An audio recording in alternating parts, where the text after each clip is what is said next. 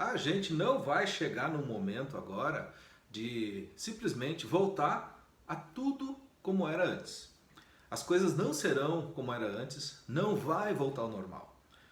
Principalmente você, que é um profissional, que é um empresário, que tem um negócio. Chegou um momento em que a gente tem que pegar caneta e papel, fazer muito cálculo. É hora de redução de custos. E é isso que eu tenho observado conversando com os meus clientes.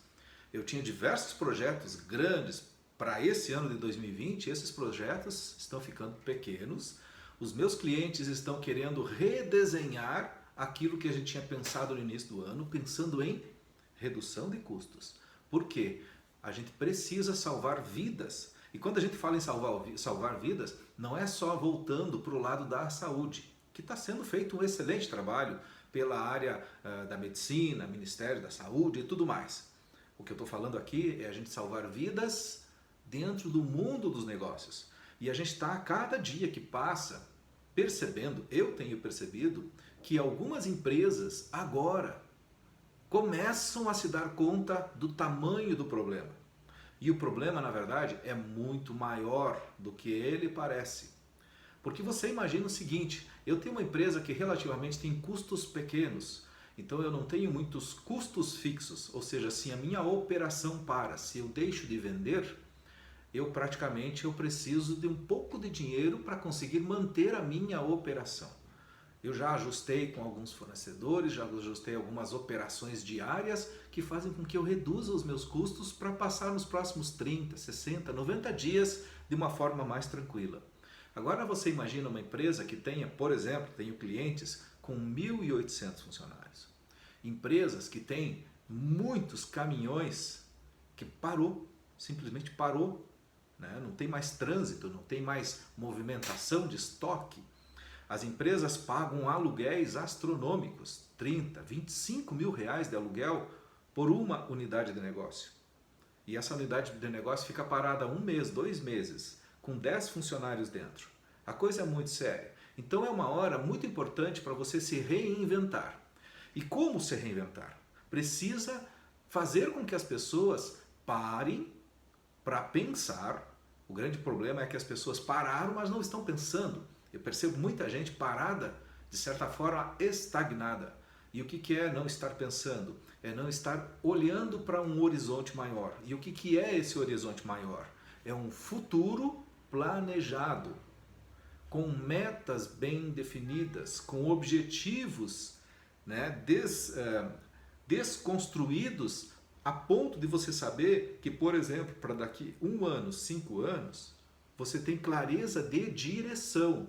E se você sabe onde você quer ir para daqui a 1 ano, você precisa desconstruir isso em etapas até você chegar neste dia, neste mês, nesta semana. E aí você sabe exatamente como que você vai recomeçar. Qual é a forma com que você pode dar andamento para que você possa agir imediatamente. O que eu tenho percebido? Muitas pessoas paradas, assustadas, afetadas emocionalmente. E quando eu digo afetadas emocionalmente, é a principal emoção que se assola sobre essas pessoas é uma coisa chamada medo e outra chamada ansiedade. O medo é quando a gente olha para o futuro e percebe algo desconhecido. O desconhecido sempre gera medo. Por isso a importância de você ter clareza em relação aos seus propósitos, seus objetivos, suas metas, ter um plano bem estruturado, para você reduzir o medo do desconhecido. O segundo ponto que emocionalmente afeta as pessoas é a ansiedade. A ansiedade tem a ver com você olhar o futuro, né? A pessoa que antes estava com medo e consegue ver um futuro, muitas vezes ela começa a ficar ansiosa. E eu percebo que em algum momento desta parada toda eu fiquei ansioso. Porque eu já tinha meus planos, meus projetos, tenho um propósito muito claro para diversas áreas da minha vida. O problema é que quando parou tudo, a gente fica sem saber quando vai conseguir fazer, quando vai retomar. E aí, quando você não sabe quando as coisas vão acontecer, você fica ansioso. E ficar ansioso ou ficar com medo são duas coisas muito ruins.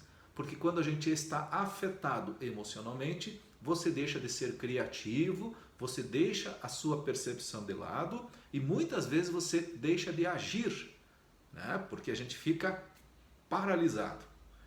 Onde é que eu quero chegar com isso tudo? Eu quero que você se dê conta se você está com medo ou se você está ansioso.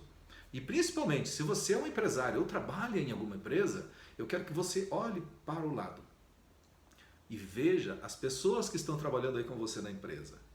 E faça uma reflexão, será que essas pessoas também não estão, de certa forma, sem saber se reinventar? Será que essas pessoas não estão num momento em que elas estão ou com medo, ou estão ansiosas, ou afetadas por qualquer outro fator emocional que esteja fazendo com que elas fiquem paralisadas, sem ter clareza, por exemplo, do que é prioridade?